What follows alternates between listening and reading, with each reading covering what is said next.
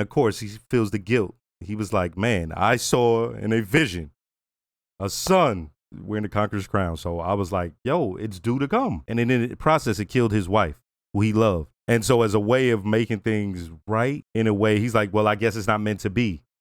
He names Rhaenyra. And now he has a wife and a son. He's like, oh, shit, did I make a mistake? And that breaks his heart, the thought of having to make his son the heir and take that from Rhaenyra. That's why now I look back when the Lannister says that to him and he pops off. It's because it's been on his mind. He's thought about it. That's why when he looked at the son, he's like, like, you know what I mean? His whole mood changed because the thought has crossed his mind. He may not be white nor Grace. But he's a big lad.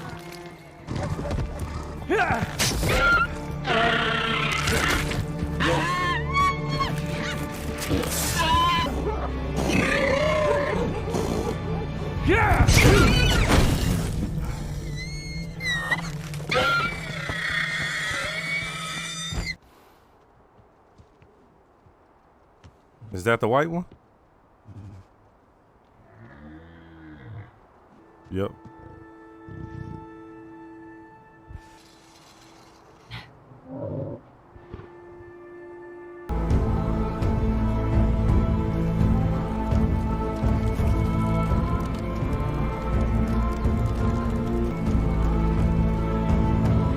Look at his face.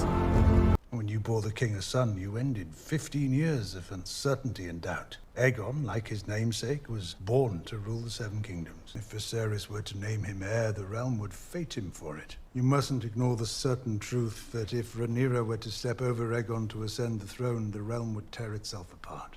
They all swore obeisance to her, our house among them. That was before Aegon. Rhaenyra will be a good queen. Rhaenyra is a woman. What of my son? Would you have me raise a man to steal his own sister's birthright?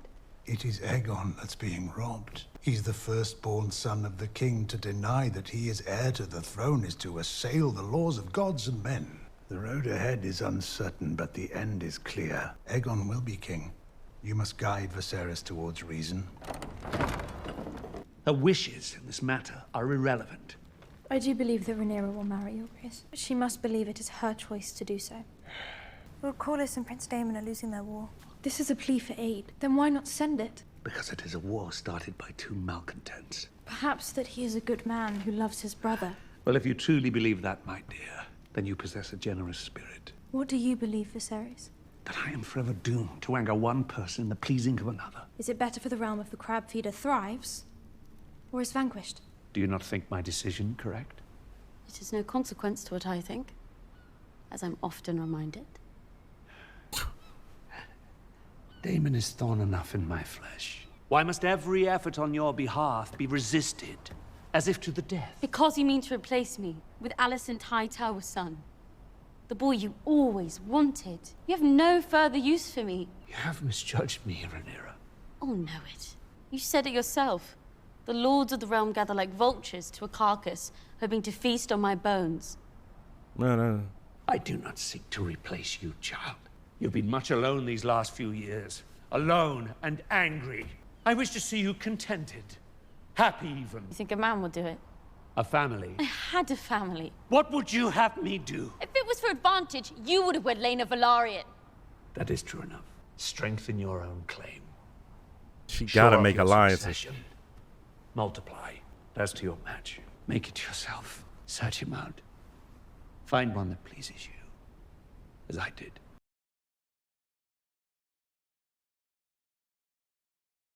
I did waver. At one time. But Yeah. I swear to you now. On your mother's memory. You gonna be his heir. You will not be supplanted. Well, they fucking him up from the cave. Y'all are trash, yo. We are faltering, and the Triarchy knows it. We must press the attack. Continue sending the dragons. Dragons can circle Bloodstone until they fall out of the sky. The crab feeder and his men have no reason to leave those caves. We must give them one. An offering of flesh to bait the crab. Who? Which man here will happily go to his death? Show me the knight who will march into that hell pit, nephew, and I will show you a madman. Daemon. Daemon is why we are losing. He at least is fighting this war. What role have you played in his council, Uncle, other than master of complaints? Enough, Leno. If King's Landing will not support Daemon, why should any of us? Blood or no, Vaymond, I will not have you stoke mutiny. Yeah, he gonna have to put you out your misery, boy. You better calm that down. If you do not seize control of this war, my lord, the crabs will soon dine on all of us. Prince Daemon, I bring word from His Grace Viserys Targaryen, first of his name, King of the Andals, the Rhoynar, and the First Men, Lord of the Seven Kingdoms and Protector of the Realm. Let's see how you handle this.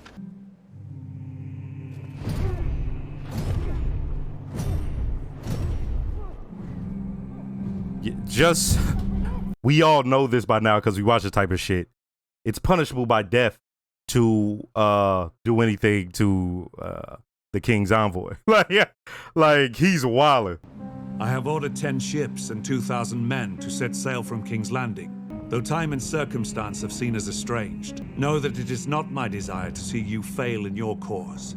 I shall pray nightly to the gods for your safe return.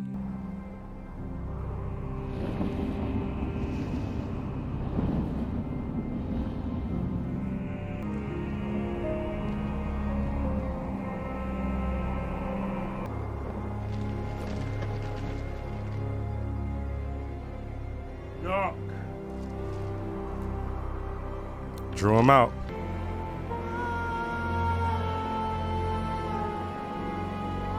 Draw.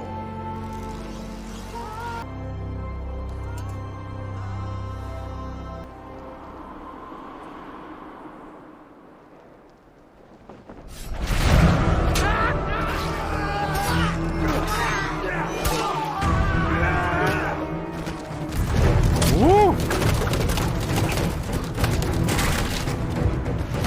He gonna get hit by at least one, ain't he?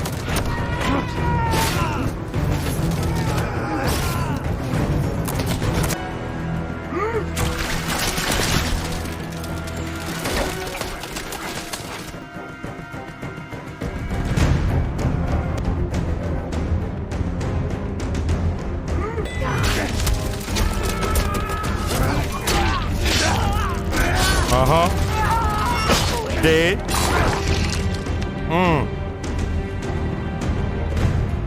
He just hit it more and more to get slaughtered. They trash.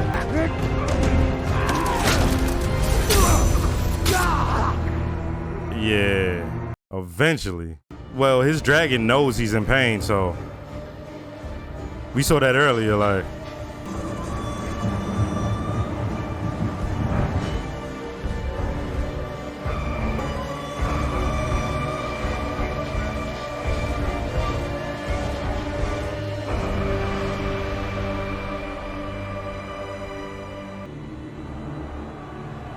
Got you.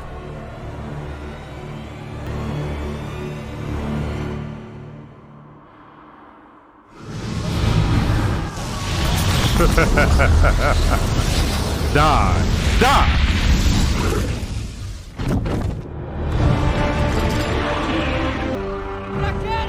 Wait, he can fly dragons? Oh, wait. I forgot. His mom, he's half. Okay, I was like, wait, he can fly dragon. Yeah, his mom is a Targaryen. I didn't even consider that.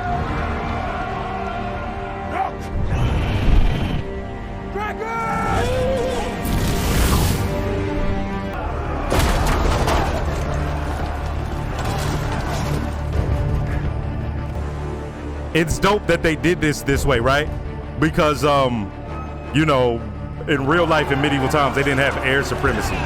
But clearly, with the dragons, you have air supremacy. In modern times, you know, when it came to Afghanistan, it's like, yeah, drone the shit out of them, bomb the shit out of them. But when the motherfuckers went in the caves, they would just sit there and wait.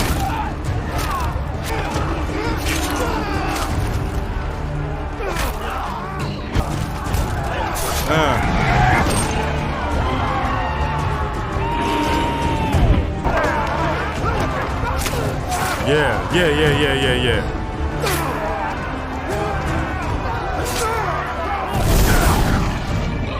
Oh yeah, y'all done. Oh yeah, y'all done. Oh, that motherfucker got. They ain't even gonna show it to us. They're just showing half his fucking body. Yeah, like I said, that's all the drive he needed to know that his brother was gonna send the motherfucker out there. Send some motherfuckers out there to help him. He's like, woo. Cut that motherfucker in half.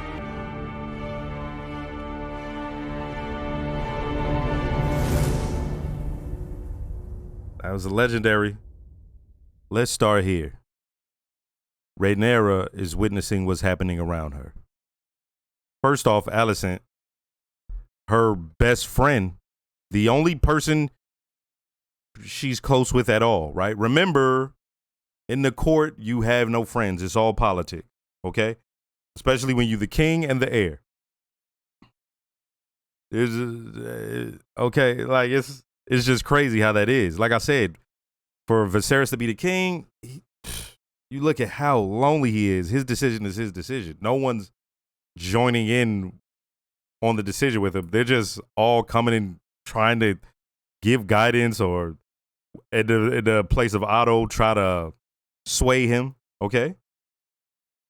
So the second name at the age of 2, right? Aegon, his son, it created an issue. Now, early on, you see him drinking during the hunt. I'm looking like, what's that look about? Okay, let's go back to Rhaenyra. This whole time, she's looking around like, damn, I'm fucking, like, what's any of this have to do with me? Right?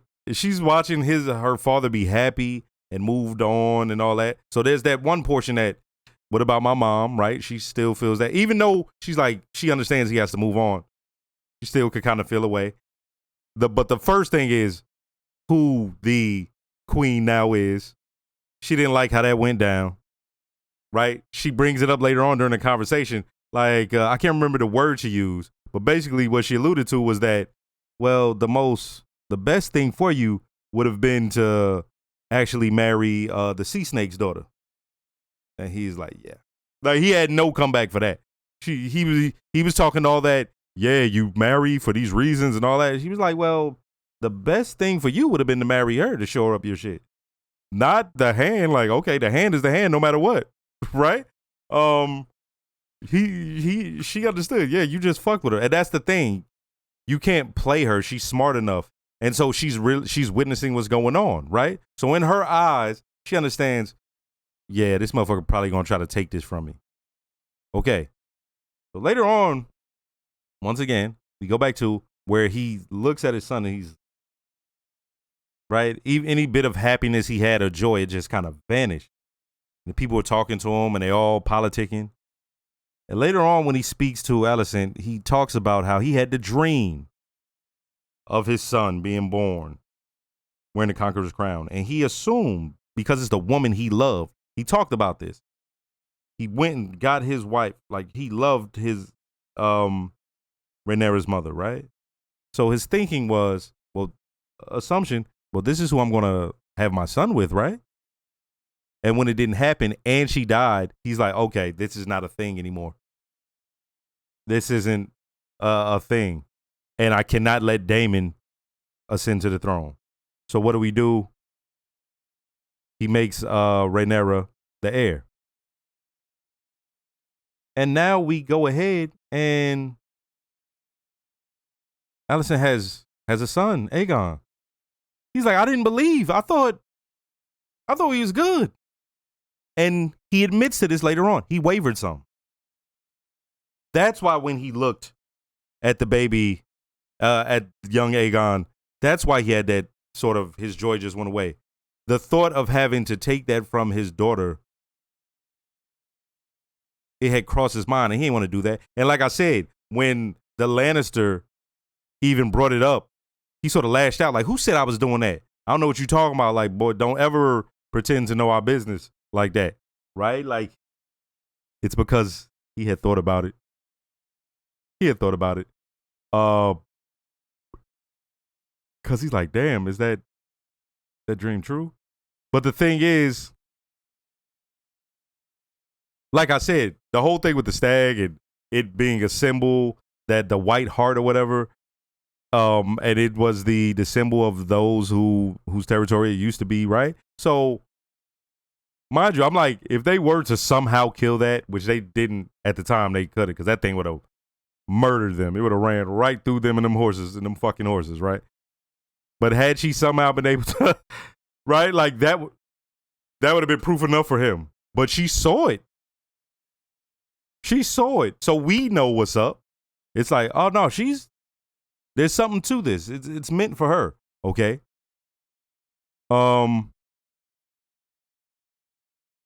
He settles on the decision, like, no, listen. I'm not gonna try to pawn you off. It's your duty, but you gotta go and find somebody to marry. I'm gonna allow you to do this, but you gotta find somebody because you need to be happy. And she's like, what, do you think a man will do that? He's like, no, a family. Right? Because like I said, they're alone. Think about what she has to do. Nothing. Right? Remember I brought this up about Rhaenys. Like, she went from about to be the queen to just sitting around waiting on her husband. I'm sure she has political power in some way, but it's like she really don't call no shots or pull no strings. She's not a lord and she's not a king, right? So Rhaenyra is just sitting there waiting and she's watching, okay? But she comes back and, you know, he settles on, no, you're going to be the heir. That's what's best. And you know what's crazy? Like, I was making my looks and my little jokes about Alicent, you know, and how she, and what she is and what she did and performed or whatever. But truthfully, she not on no hellified shit. She'd prefer if Rhaenyra ends up as the queen. That's her friend. She's like, I see her as being a good queen. And that's the most fucked up thing. That's the position she's in. So when her father comes to her and is like, don't you want your son to be king? He's the rightful heir. And she said before that, like, you know, why would Aegon have the throne? He would be the rightful, Rhaenyra would be the rightful heir. Now, the thing that was crazy is this motherfucker Otto, he tried to pawn off his grandson, a 2-year-old, to marry Rhaenyra, who's fucking 17. 7 and 10, I think they said. 7 years or 10 years or whatever. And so he's very much concerned with the family holding power. And it's funny that in this episode, we just see a full-on Lannister just being a Lannister, like, because we know them for this. And I just found it funny that all the way back then, they were that close to the fucking crown. That close to having the fucking crown, right? And you know, or at the very least, just being near it enough. All it needed was him get married and have an heir. Okay.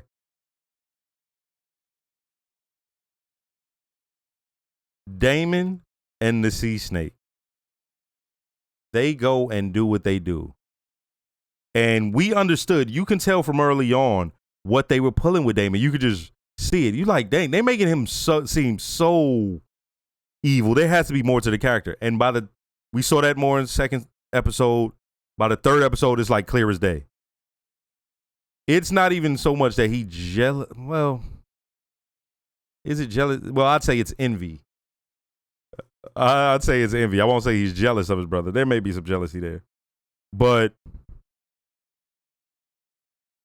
for the Sea Snake's brother to send word like, hey, man, these motherfuckers are trash. And that's all it took was for him to find out about that. And they went and they draw them out. And like I said, it's interesting what they did here. What they did with the crab feeder as tactically, right? Because I'm like, air superiority isn't an actual thing that happened in medieval times. But on this, you have the dragons, right? And so if you know about like Afghanistan, clearly we had air superiority, right? You think we just demolished these motherfuckers. We got drones, we got planes. They would just hide in the caves, wait it out. And that's what these guys were doing. And they were like, well, we got to draw them out. How do we do this? Now, this crab feeder got greedy.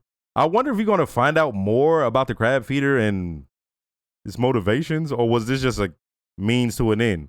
And the end was seeing Daemon achieve something. This is a glorious battle, right? And the way he did it, where he's serves himself up. That's what it took. The thought of his brother coming to save him, he's like, fuck no, I'd rather die. Right? Like, he didn't go in there planning to die, but he was like, if this goes bad, I'd rather that than fucking my brother coming to save me. Okay, so when he goes and does all this, I'm like, yo, this crab feeder is stupid. That's why I'm like, there has to be more to this motherfucker than this. Right? We haven't seen magic in use yet. So, you know, I'm just wondering, I'm like, yo, there has to be, because he cut that motherfucker in half and drugged the body out. And that crab feeder was trash. But the reason he was so trash, it looked like he was very much worried about Daemon. Because I'm like, dog, why you just sending motherfuckers out there like? And then he's looking around and then got caught off guard. He saw the knights first. And because he saw the knights, that, you know, it took his attention off the sky, which he had been looking at the whole time. So he saw the knights, right? He couldn't keep his eyes on both things. And the knights just pulled up. You know, they was already there. They had snuck up. And what I did find was cool was I forgot that Rhaenys and Corlys' son, I forgot that he's a Targaryen too. I was like, wait, why is he on the dragon? That's cool. Like, this motherfucker, you know. I just never considered that he was a dragon rider. But yeah, that makes sense, right? He's highborn than a motherfucker, right? And they were saying that maybe she should marry him. That would also make sense. Like, that one dude keeps saying, you gotta shore up this thing with the Valerians, right? With, like, you have to,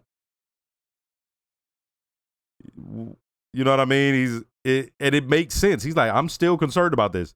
I suggested you marry the old girl, but yo, you should marry her off. Marry Rhaenyra off to the Sea Snake son, to Corlys' son. I do wonder who she's gonna marry. I wonder because she's the Knight's Guard. I'm like, they have something or something like that. I don't know. You know. Yeah. Now, the thing about what Daemon did is that's that type of shit that lives on forever. I wonder, how does he get titled? Because remember, they did this without the king. So what comes of this? This wasn't in like a mission done for the crown. So does he come and like celebrate it? Like, does Viserys celebrate it? I don't think so, right? Especially after you had him send out 2,000 men and 10 ships. It's like, dog, what the fuck? Yeah, I understood the episode, and I got, it was all about Viserys and how this is difficult for him because it's so difficult on his daughter, right? But also it's like he don't want to let her down and just be cold like that. That's not who he is. We know that, right? The fact he hasn't dealt with his brother in a certain way lets us know he's not that way. He would rather try to find a way. And you can see in his relation to war, he's not trying to do war. He's not combative and all that. He didn't like yelling at his daughter, but he's, you know, yeah. Next episode.